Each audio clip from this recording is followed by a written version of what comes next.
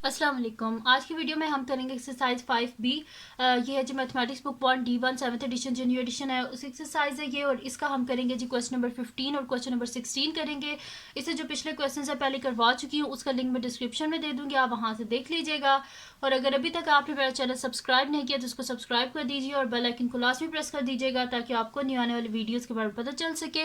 और जो मेरा सेकंड चैनल है उसको भी सब्सक्राइब कर दीजिएगा, उसका लिंक भी डिस्क्रिप्शन में। उसके बीच में मेरी कुकिंग की, क्राफ्ट्स की और रिडल्स की वीडियोस है। तो स्टार्ट करते हैं। क्वेश्चन नंबर 15 हमारे पास है कि find a formula for the sum of any एनी 3 कंसेक्यूटिव ऑड नंबर्स। अब ऑड नंबर्स आपको पता तो है हमारे पास कौन से होते हैं। इवन नंबर्स के अलावा जो नंबर्स होते हैं वो ऑड नंबर होते हैं, जैसे कि 1 3 5 7, ये सारे ऑड नंबर होते हैं। ठीक है, फर्स्ट तो हमने ये करना है। सेकंड ये कह रहे हैं hence find the value of S when the greatest odd number is -101, जबकि ग्रेटेस्ट ऑड नंबर की वैल्यू ने हमें क्या बता दी है, -101। तो सोल्यूशन स्टार्ट करते हैं। बहुत इजी सा क्वेश्चन है, तो मैं यहाँ पे लिख देती हूँ सोल्यूशन, और इसका भी हम कर रहे हैं फर्स्ट पार्ट। तो अब यहाँ पे हम कर लेते हैं, लेट कर लेते हैं कि जो सबसे स्मॉलेस्ट ऑड नंबर है ना, क्योंकि हमें पता तो नहीं है वो ऑड नंबर, तो हम लेट कर लेते हैं कि पहला जो हमारे पास ऑड नंबर है वो हमारे पास n है। तो मैं यहाँ पे लिख देती हूँ let the smallest odd number be n. ठीक है, स्मॉलेस्ट ऑड नंबर को हम एन लेट कर लेते हैं। तो हमारे पास जो नेक्स्ट ऑड नंबर होगा वो क्या होगा, तो मैं यहाँ पे लिख देती हूँ the next odd number will be n+2। ठीक है, बीच में से पहले ऑड नंबर, एक ऑड नंबर होता है फिर एक इवन नंबर होता है, जैसे 1 के बाद 2 आता है, 2 क्या होता है हमारे पास इवन नंबर, फिर एक ऑड आता है 3 आता है, फिर उसके बाद इवन नंबर आ जाता है 4, फिर उसके बाद ऑड नंबर आता है। इस वजह से अगर मैं यहाँ पे n+1 लिख देती ना, इसका मतलब है ये तो इवन बन जाता, हमें ऑड चाहिए इसके बीच में, इस वजह से बीच में से एक स्किप करके 1 की जगह मैंने यहाँ पे 2 लिख दी है। ठीक है, अब जैसे कि यहाँ पे अगर मैं यहाँ पे कोई भी n जो है वो मैं लूँगी यहाँ पे ऑड नंबर, जैसे कि मैं यहाँ पे n ले लेती हूँ 1, तो 1+2 मेरे पास क्या हो जाएगा 3, जो कि नेक्स्ट ऑड नंबर बनता है। ठीक है, फिर यहाँ पे 3 लूँगी, 3+2 5, यानी कि ये सारे क्या बन रहे हैं, ऑड नंबर ही बन रहे हैं। ठीक है, ये हो गया हमारे पास। अब क्या कर लेते हैं, क्योंकि उन्होंने हमें बोला है 3 आपने कंसेक्यूटिव ऑड नंबर्स लेने हैं, तो एक तो ये हो गया, एक ये हो गया, और एक और हमें चाहिए। ठीक है, तो मैं यहाँ पे लिख देती हूँ अब लास्ट चाहिए, तो वो ग्रेटेस्ट होगा, ये स्मॉलेस्ट है, ये मिडल वन है, और अब लास्ट यानी कि ग्रेटेस्ट हमें चाहिए, तो मैं यहाँ पे लिख दूंगी the greatest odd number will be,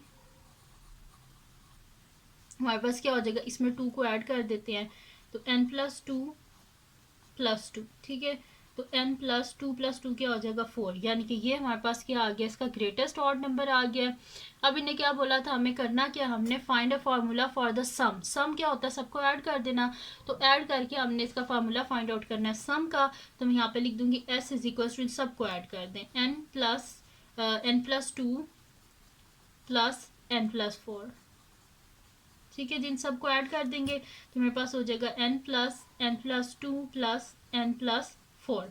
तो n को अलहदा कर लेते हैं, n+n+n+2+4, तो मेरे पास हो जाएगा 3n प्लस, यहाँ पे मेरे पास क्या हो जाएगा 4+2 6। तो ये मेरे पास क्या आ गया फार्मूला सम का। ठीक है, तो s मेरे पास क्या आ गया 3n+6। तो यहाँ पे इसका फर्स्ट पार्ट जो है वो हमारे पास सॉल्व हो गया। अब करते हैं इसका नेक्स्ट पार्ट जो कि हमारे पास है इसका सेकंड पार्ट। सेकंड पार्ट क्या हमारे पास, hence find the value of s when the greatest odd number is -101, जबकि ग्रेटेस्ट ऑड नंबर हमारे पास क्या है, -101 है। तो मैं यहाँ पे लिख दूंगी कि ग्रेटेस्ट ऑड नंबर 101 है हमारे पास, और यहाँ पे हमने क्या लिखा था, हमारे पास ग्रेटेस्ट ऑड नंबर क्या है, n+4, यानी कि n+4 हमारे पास क्या है 101 के इक्वल है। तो find the value of s when the greatest, अब s की वैल्यू को फाइंड आउट करना है हमने, तो यहाँ से क्या करेंगे, ग्रेटेस्ट ऑड नंबर को 101 के इक्वल रख के वहाँ से n की वैल्यू को फाइंड आउट करेंगे, फिर n की वैल्यू को इसमें सब्सटीट्यूट करके इजीली हम s की वैल्यू को फाइंड आउट कर लेंगे। तो मैं यहाँ पे लिख देती हूँ solution second part. Solution second part, तो यहाँ पे मैं लिख दूंगी when the greatest odd number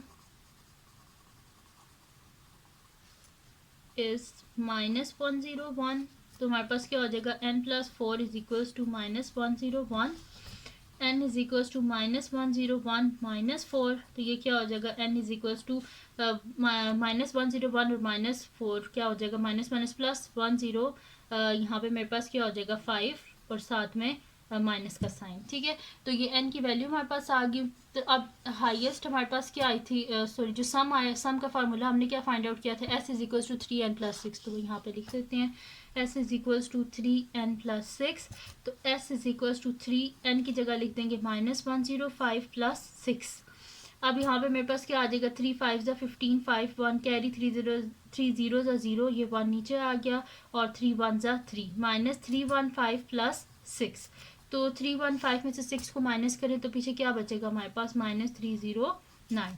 तो ये s की वैल्यू जो है वो हमारे पास आ गई और उसको हमने फाइंड आउट कर लिया, और यहाँ पे हमारे पास कंप्लीट सॉल्व हो गया इसका क्वेश्चन नंबर 15। ठीक है, तो आंसर आ गया हमारे पास। अब चलते हैं इसके नेक्स्ट क्वेश्चन की तरफ, जो कि हमारे पास है इसका सेकेंड लास्ट क्वेश्चन है, क्वेश्चन नंबर 16।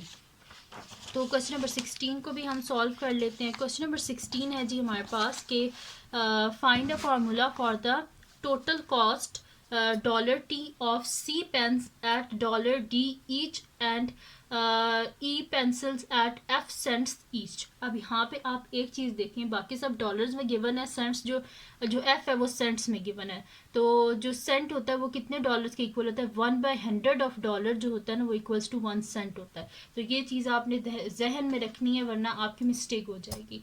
सेकेंड पार्ट है, if E is equals to, E की वैल्यू भी गिवन है, D की वैल्यू भी गिवन है, और E वो कह रहे हैं किसके इक्वल है, 150 और D3, यानी कि इन दोनों को 150 और एक को 3 के इक्वल रख के फाइंड करनी है वैल्यू किसकी, T की वैल्यू को फाइंड आउट करना है। ठीक है, तो स्टार्ट करते हैं इस क्वेश्चन को। थोड़ा सा ट्रिकी है लेकिन इतना मुश्किल नहीं है। तो सॉल्यूशन स्टार्ट करते हैं। मैं यहाँ पे लिख देती हूँ कि सबसे पहले तो फार्मूला फाइंड आउट करना है ना टी का। तो टी इज इक्वल्स टू क्या है हमारे पास, find a formula for the total cost. Total cost को हमने फाइंड आउट करना है, जिसमें हमारे पास टी, टोटल कॉस्ट किसके इक्वल है, टी के इक्वल है, of C pens at $t, यानी कि C pen, number of pens जो है, एक पेन जो है वो हमारे पास $t, तो जितने पेन्स हैं उसको मल्टीप्लाई कर देते हैं उसकी कॉस्ट से, तो C multiply by T, plus हमारे पास क्या है, ई पेंसिल्स एट F सेंट्स।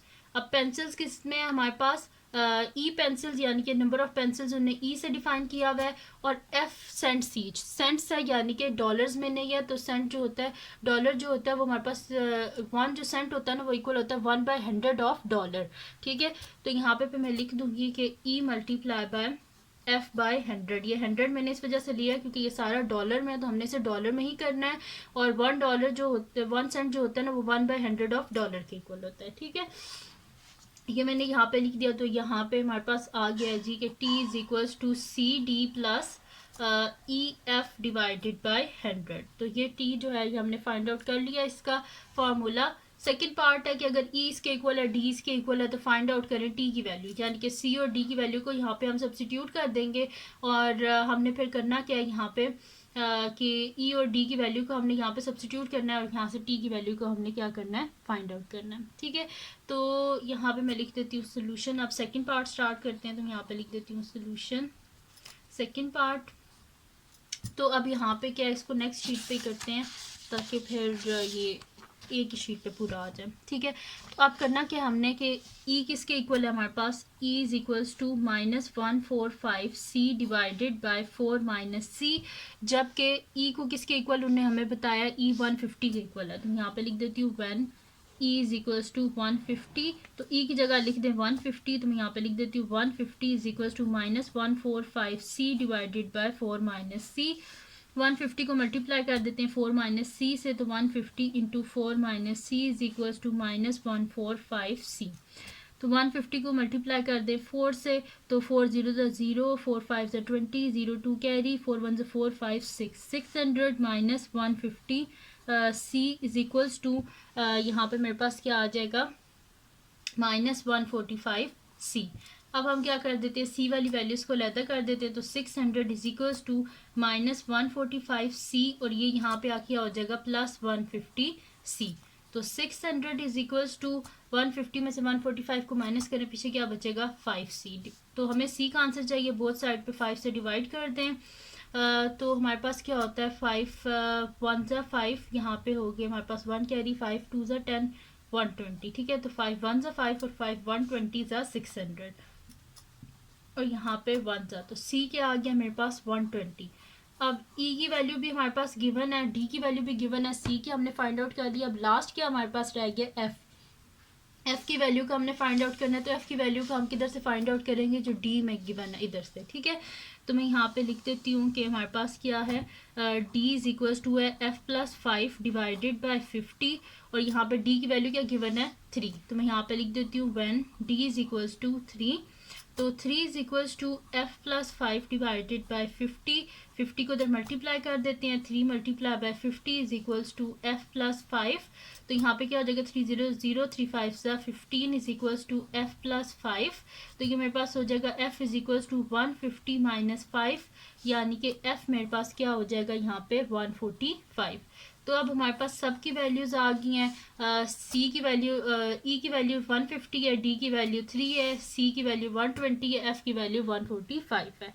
अब फार्मूला जो हमने फाइंड आउट किया था ये वाला, इसके बीच में हम क्या कर देते हैं, सब्सटीट्यूट कर देते हैं ये सारी वैल्यूज़। तो यहाँ पे मेरे पास क्या था, T is equals to C D plus E F divided by 100, ठीक है। वैल्यू सारी मैं लिख देती हूँ। यहाँ पे सी मेरे पास है 120, डी जो है वो है हमारे पास 3 और ई जो है वो हमारे पास है 150।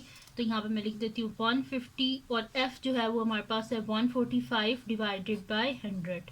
ज़ीरो और ज़ीरो जो है इसको कैंसिल आउट कर देते हैं, यहाँ पे 3 से मल्टीप्लाई कर देते हैं, 3 0 0 3 2 6 3 1 3, 360 हो गया मेरे पास। प्लस इन दोनों को मल्टीप्लाई कर लेते हैं, उधर साइड को मैं मल्टीप्लाई करके देख लेती हूँ क्या आंसर आता है। 145 को मल्टीप्लाई करते हैं 15 से, 5 5 25, 5 4 20 प्लस 2 22, 5 1 5 6 7 मल्टीप्लाई बाय यहाँ पे आ जाएगा 5 4 1 5 7 7 8 9 10 11 1 1 कैरी। तो ये मेरे पास आ रहा है 2175 आ रहा है, ठीक है। और यहाँ पे हमारे पास क्या है 2175, तो मैं लिख देती हूँ यहाँ पे 2175 डिवाइडेड बाय 10, डिवाइडेड बाय 10 है, यानी कि यहाँ पे लास्ट जो डिजिट है उसके बाद यहाँ पे पॉइंट आ जाएगा। तो 360 प्लस 217.5, ठीक है। अब क्या कर लेते हैं, इन दोनों को आपस में ऐड कर लेते हैं, तो देखते हैं हमारे पास क्या आंसर आता है। तो यहाँ पे मैं इसको ऐड करके देख लेती हूँ। तो यहाँ पे है जी 217.5 और इसमें ऐड करने हैं हमने 360, तो ये 0.5 तो नीचे ही आ गया, 7 7 3 4 5, तो 577.5, ठीक है। तो ये मेरे पास आ गया इसका आंसर। तो मैं यहाँ पे लिख देती हूँ कि टी मेरे पास क्या आ गया 577.5, तो ये आ गया मेरे पास इसका आंसर। और यहाँ पे कंप्लीट सॉल्व हो गया इसका क्वेश्चन नंबर 16। तो ये थी जी आज की वीडियो जिसमें मैंने आपको करवाया एक्सरसाइज 5B का क्वेश्चन नंबर 15 और क्वेश्चन नंबर 16। तो अगर ये वीडियो आपके लिए हेल्पफुल है तो इसको लाइक कीजिएगा, मेरे चैनल को सब्सक्राइब कीजिएगा और बेल आइकन को लाजमी प्रेस कर दीजिएगा ताकि आपको न्यू आने वाली वीडियोज़ के बारे में पता चल सके। और जो मेरा सेकंड चैनल है जिसके बीच में मेरी कुकिंग की, क्राफ्ट्स की और रिडल्स की वीडियोज़ है उसको भी सब्सक्राइब कर दीजिएगा और अपनी दुआओं में लाजमी याद रखिएगा। अल्लाह हाफिज़।